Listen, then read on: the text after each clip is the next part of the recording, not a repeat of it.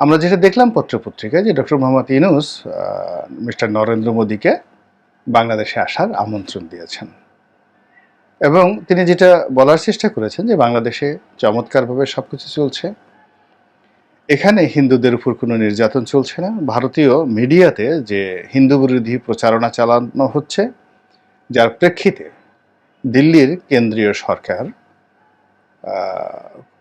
তাদের যে ক্রোধান্বিত প্রতিক্রিয়া এটি তারা প্রকাশ করছে।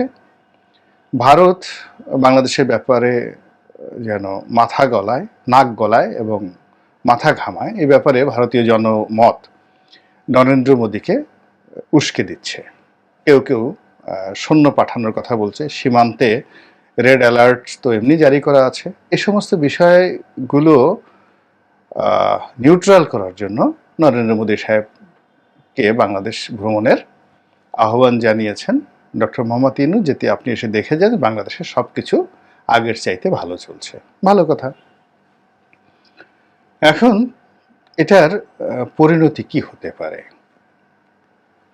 প্রথমে আমরা ধরে নেই যে নরেন্দ্র মোদী বাংলাদেশে এলেন না এবং তার যে অনুরোধ, ডক্টর ইউনূসের যে অনুরোধ, এই অনুরোধের জন্য রাষ্ট্রীয় প্রোটোকল অনুযায়ী তিনি ধন্যবাদ দিলেন না, লিখিতভাবে ধন্যবাদ দিলেন না যে আপনি আমাকে অনুরোধ করেছেন বাংলাদেশ ভ্রমণের জন্য, বিষয়টি আমি সম্মানের সাথে গ্রহণ করলাম এবং খুব দ্রুত আসব। এটা হলো একটা কূটনৈতিক শিষ্টাচার।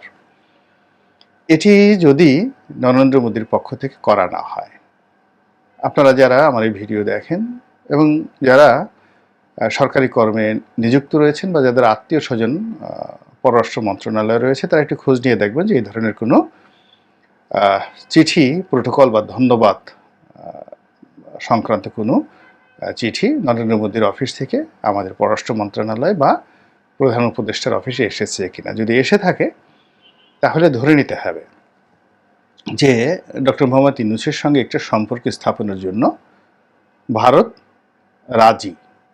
অতীতে যাই ছিল, তারা আসলে মুখে যাই বলুক না কেন, তারা আসলে ইউনূসের সঙ্গে একটি সম্পর্ক স্থাপন করতে চায়। যদি এমন হয়, আমি মনে করি ডক্টর ইউনূসের জন্য কপাল খুলে গেছে। তিনি বেশ কিছুদিন নিরাপদে নিশ্চিন্তে রাজত্ব করতে পারবেন। এর কারণ হলো ভারতের সহযোগিতা বিরোধী দলের জন্য যতটা না বেশি দরকার, যারা ক্ষমতার চেয়ারে বসেন তাদের জন্য খুব খুব বেশি করে দরকার। আমাদের দেশে বঙ্গবন্ধুর পতন ভারতের জন্য হয়েছে, হত্যাকাণ্ডের সঙ্গে ভারত জড়িত। আবার ৭১-এর মুক্তিযুদ্ধ থেকে শুরু করে আওয়ামী লীগের ক্ষমতায় আরোহণ সবই ভারতের ইচ্ছায় হয়েছে। জিয়াউর রহমানের ক্ষমতা লাভ এবং তার হত্যাকাণ্ড, দুটোর সঙ্গেই ভারত জড়িত। এরশাদের ক্ষমতায় আরোহণ এবং ক্ষমতা থেকে চলে যাওয়া, দুটোর সঙ্গেই ভারত জড়িত। ১/১১ আসা, চলে যাওয়া, ভারত জড়িত। ৯৬-তে আওয়ামী লীগ আসা, চলে যাওয়া। অর্থাৎ এ যাবৎকালে ভারতের তৎপরতার বাইরে বাংলাদেশে একটা ঘটনাও ঘটেনি, অথবা বাংলাদেশে অনেকগুলো ঘটনা ঘটেছে কিন্তু সেই ঘটনার উপরে ভারত গদি বসিয়ে দিয়েছে। মানে যারাই ক্ষমতায় বসেছে তাদের প্রথম কাজ হয়েছে ভারতের সঙ্গে একটা নেগোসিয়েশন করা, ব্যবসার জন্য, বাণিজ্যের জন্য, সামরিক দৃষ্টিকোণ থেকে, আঞ্চলিক যে প্রেশার, আরও অনেক কিছু দিল্লি থেকে নিয়ন্ত্রিত হয়। এ বাস্তবতা অস্বীকার করা যাবে না। শুধু লাভ দিলে চলবে না, বা খুব বেশি অহমিকা দেখালে চলবে না। আমাদের এই বাংলায় হাসিনার চাইতে, ডক্টর ইউনূসের চাইতে কোটি কোটি গুণ মেধাবী শাসক ছিলেন, মহান শাসক ছিলেন, যারা বলতে গেলে কার্যত স্বাধীন ছিলেন। যেমন আলাউদ্দিন হোসেন শাহ, গিয়াসউদ্দিন আজম শাহ, ঈশা খাঁ, ঈশা খাঁয়ের ছেলে মুসা খাঁ, তারপর মুঘল সুবেদার হিসেবে মীর জুমলা, মুর্শিদ কুলি খাঁ, তারপর শায়েস্তা খান। এরপর তারও আগে প্রাচীন বাংলায় শশাঙ্ক, মহিপাল, দেবপাল, গোপাল, ধর্মপাল, এরপরে সেন বংশের মধ্যে সেই হেমন্ত সেন, এরপর যাকে বলা হয় লক্ষণ সেন, বল্লান সেন, মানে ওনারা সবাই বিশ্বমানের রাজনীতিবিদ ছিলেন। এই বাংলায় তারা রাজত্ব করেছেন এবং এদের কেউ কেউ দিল্লি পর্যন্ত তাদের কর্তৃত্ব বহাল রেখেছেন। কিন্তু তারা এত কিছুর পরও দিল্লির কর্তৃত্ব অস্বীকার করতে পারেননি এবং দিল্লির কর্তৃত্ব তাদের মানতে হয়েছিল। অনেক সুবেদার, এমনকি সম্রাটের সন্তান দিল্লি থেকে বাংলায় এসে বাংলার প্রেমে পড়ে গেছে, বিদ্রোহ করেছেন।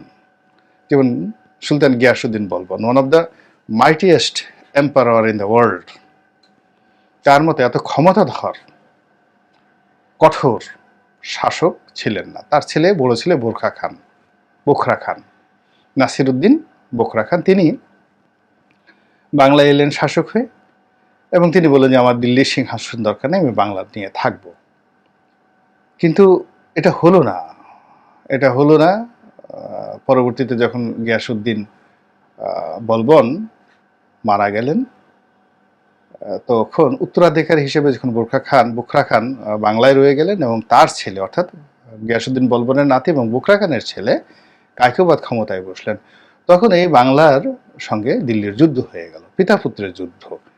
এই রাজনৈতিক যে বিষয়গুলো যদি আপনি চিন্তা করেন, বাস্তবতা বিশ্লেষণ করেন, তখন বুঝবেন যে দিল্লির যে গুরুত্ব, সেই গুরুত্ব মাথায় রেখে এই বাংলায় যারা রাজনীতি করেছেন তারা চমৎকার একটি শাসন ব্যবস্থা গড়ে তুলেছেন। আপনি অবাক হয়ে যাবেন, বিহারের শাসনকর্তা ছিলেন শের শাহ এবং সেই বাংলা বিহার, এরপর তিনি এই বাংলা দখল করলেন।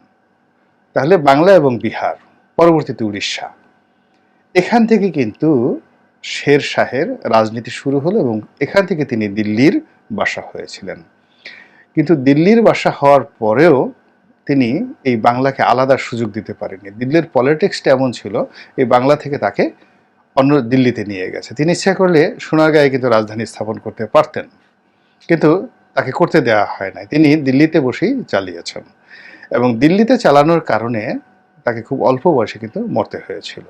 এই হলো বাংলার ইতিহাস। তো সেক্ষেত্রে ডক্টর মোহাম্মদ ইউনূস এই যে ঐতিহাসিক যে প্রেক্ষাপট, এই প্রেক্ষাপট বিবেচনা করে দিল্লির সঙ্গে সতর্কভাবে তাকে রাজনীতি বুঝে, কূটনীতি বুঝে তারপর এগুতে হবে। তো যাই হোক, যেটা বলছিলাম, যদি এরকম পজিটিভ হয়ে থাকে তাহলে তার জন্য ভালো, আর যদি নেতিবাচক হয় তাহলে তাকে সবসময় একটা টেনশনে থাকতে হবে। আর যদি নরেন্দ্র মোদী অ্যাগ্রেসিভ হন, মানে শেষের বার কিন্তু যখন তারা সিদ্ধান্ত নিল বঙ্গবন্ধুর যে জন্মশতবার্ষিকীর যে অনুষ্ঠানটিতে জোর করে নরেন্দ্র মোদী বাংলাদেশে এলেন, ওই সময়টাতে ইসলামপন্থীরা খুব ক্ষেপে গেল এবং 11-12 জন মানুষ রাজপথে কিন্তু নিহত হয়েছিল এই নরেন্দ্র মোদীর আগমন উপলক্ষ করে। এবং ওই ঘটনায় এই মামুনুল হক সাহেবরা সদল বলে গ্রেপ্তার হয়েছিলেন। ওই সময় নরেন্দ্র মোদী যে বাংলাদেশে এসেছিলেন মূলত আওয়ামী লীগের পতনের জন্য, শেখ হাসিনার পতনের জন্য, এবং নরেন্দ্র মোদী জানতেন যে এরকম ঘটনা ঘটবে, এই জন্য তিনি এসেছিলেন। আর শেখ হাসিনা জানতেন যে নরেন্দ্র মোদী আসলে তার পতন হবে, এই জন্য যেন না আসে, এই জন্য রাজপথকে তিনি উত্তপ্ত করে দিয়েছিলেন এবং সরকারের বিভিন্ন গোয়েন্দা সংস্থা যেন এই রাজপথ উত্তপ্ত থাকে, নরেন্দ্র মোদী বিরোধী স্লোগানে উন্মত্ত থাকে, যেন নরেন্দ্র মোদী না আসে। কিন্তু নরেন্দ্র মোদী আসছে এবং আসার পর যে ক্যাজুয়ালিটি হয়েছে এটি সরকারের নিয়ন্ত্রণে ছিল না। তো এটি সরকারের নিয়ন্ত্রণে ছিল না। এর ফলে যে হতাহত হয় এবং রাজনৈতিক যে শূন্যতা দেখা দেয় এবং দিল্লির সঙ্গে যে সম্পর্ক খারাপ হয়, তার পরিণতিতে এই আগস্ট মাসের 5 তারিখে এসে শেখ হাসিনার জীবনে মহা সর্বনাশ হয়ে গেল। তো কাজেই অন গুড ফেইথে, অন গুড ট্রাস্টে এই সকল ইতিহাস বিশ্লেষণ না করে ডক্টর ইউনূস যে আহ্বান জানিয়েছেন নরেন্দ্র মোদীকে, এবং তিনি যদি দাদা দাদা বলে হাসতে হাসতে এই মুহূর্তে এয়ারপোর্টে আসেন, পুরো পরিস্থিতি ডক্টর মোহাম্মদ ইউনূসের জন্য নিয়ন্ত্রণের বাইরে চলে যাবে। তিনি নায়ক থেকে ভিলেনে রূপান্তরিত হয়ে যাবেন এবং জামাত থেকে শুরু করে সমস্ত ইসলামপন্থী, এমনকি বিএনপির লোক, জামাতের লোক, আওয়ামী লীগের লোক পর্যন্ত এই নরেন্দ্র মোদী বিরোধে স্লোগানে রাস্তায় নেমে আসবে। লক্ষ লক্ষ লোক, আর একটা গণ অভ্যুত্থানের মতো পরিবেশ পরিস্থিতি তৈরি হয়ে যাবে।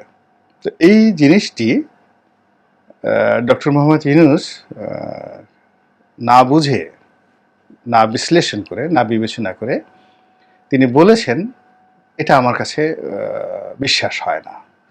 কিন্তু যদি নরেন্দ্র মোদী এই সুযোগটা নিয়ে নেয় এবং সে যদি বাংলাদেশে এই মুহূর্তে আসে, এর কারণ হলো যে প্রবল ভারত বিরোধিতা চলছে এবং তিনি যদি এসে হিন্দুদের সঙ্গে বৈঠক করেন, ঢাকেশ্বরী মন্দিরে যান, তারপরে তিনি যদি